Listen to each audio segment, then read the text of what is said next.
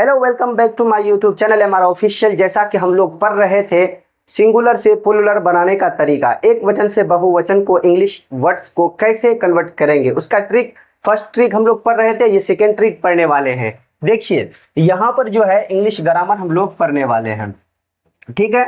Rule number 2 लिख दिया गया है। फर्स्ट वीडियो अपलोड हो चुकी है, सिंगुलर से प्लूरल बनाने का तरीका। रूल पढ़िए, जब नाउन के अंत में वाई हो, यानी जब नाउन किसी भी नाउन के अंत में वाई रहता है और वाई के पहले कोई भी लेटर यानी हर्फ वोवेल से आता हो। वोवेल कितने हैं? वोवेल 5 है। आपको कमेंट में बतलाना है कि वो कौन कौन से लेटर है जो नाउन कहलाते हैं, ये वोवेल कहलाते हैं। तब केवल एस जोड़कर प्लूरल बनाया जाता है।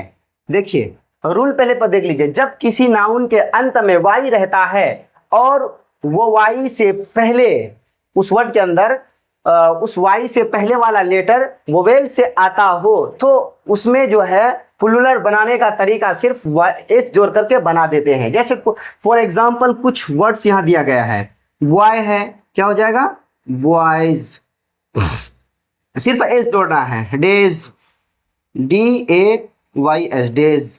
हॉलीडेज, यहाँ है होली, हॉलीडेज लिखना है सिर्फ।